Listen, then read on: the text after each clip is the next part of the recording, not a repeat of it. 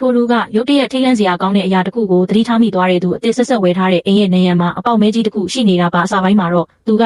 ထူးဆန်းတဲ့အစွန်းအထင်ဒါမှမဟုတ်ပျက်စီးနေတာလို့ထင်ခဲ့ပေမဲ့သိကျင်စိတ်ကနိုင်သွားပါတယ်သူကအဲ့ဒီအပေါက်ဘေးပတ်ပတ်လေကနေရံကက်ဆက်ကူတွေကိုခွာပစ်လိုက်ပြီးအဲ့ဒီနောက်ကွယ်မှာတော့တန်တကားတစ်ချက်ရှိနေပါတယ်မက်ကထူးဆန်းတဲ့ပုံသဏ္ဍာန်ရှိတဲ့တောခလောက်ကိုသေချာကြည့်နေပြီးအဲ့ဒီနောက်ရုတ်တရက်သူအမိုက်ပုံးတွေကိုအခုတင်မဲပြစ်ချလိုက်တဲ့အရာတစ်ခုကိုတတိယသွားပါတယ်တော့ပုံသဏ္ဍာန်လှုပ်ထားတဲ့တစ်သားတုံးလေးပါသူကအမြန်သွားရှာပြီးအစိတ်အပိုင်းတွေကိုလက်ဝါးကတ်တိုင်ပုံစံဖြစ်အောင်ပြန်ဆက်လိုက်ပါတယ်မက်ကတစ်သားတော့ကိုတန်တကားတွေကိုတိတိချာချာထည့်လိုက်ပြီးတစ်ချက်လှည့်လိုက်တဲ့အခါတကားကတကယ်ပဲပွင့်သွားပါတယ်သူဇနီးကခြေတလန်းလှမ်းဝင်လိုက်တာနဲ့တပြိုင်နက်အိမ်ထဲကမီးလုံးတိုင်းကပြပြတလဲမိတ်တုံဖြစ်လာပါတယ်မက်ကဒါဟာလျှက်စစ်ပိုင်းဆိုင်ရာပြဿနာတစ်ခုပဲလို့ထင်ပြီးလျှက်စစ်ကုမ္ပဏီကိုချက်ချင်းဖုန်းဆက်လိုက်ပါတယ်ပြင်းတဲ့လူကရှုပ်ပွားနေတဲ့ဝါဓာချိုးတွေကိုကြည့်ပြီးဒါကအရန်ဟောင်းနေပြီလို့ပြောပါတယ်သူ့ဖွားထက်တောင်အသက်ကြီးအုံးမယ်တဲ့သူကဒီလိုမျိုးတစ်ခါမှမမြင်ဘူးတာကြောင့်မက်ကိုပြောတာကသူပြန်သွားပြီးတေးတေးချာချာအရင်လေ့လာရအောင်မယ်အဖြစ်မပေးနိုင်သေးဘူးလို့ဆိုပါတယ်စကားစပြီးပြောရင်းနဲ့အဲ့ဒီပြင်းတဲ့လူကဒီအိမ်မှာအင်ရှင်အသက်ရှိနေပြီဆိုတာကိုသိပြီးအံ့ဩသွားပုံရပါတယ်မက်ကတခုခုပုံမှန်မဟုတ်တာကိုရိပ်မိပြီးသူ့ကိုထပ်မံမေးမြန်းပါတယ်အရင်အင်ရှင်တွေကဒီအိမ်ထဲမှာအသက်ခံခဲ့ရတာမင်းသိတယ်မလားဟာ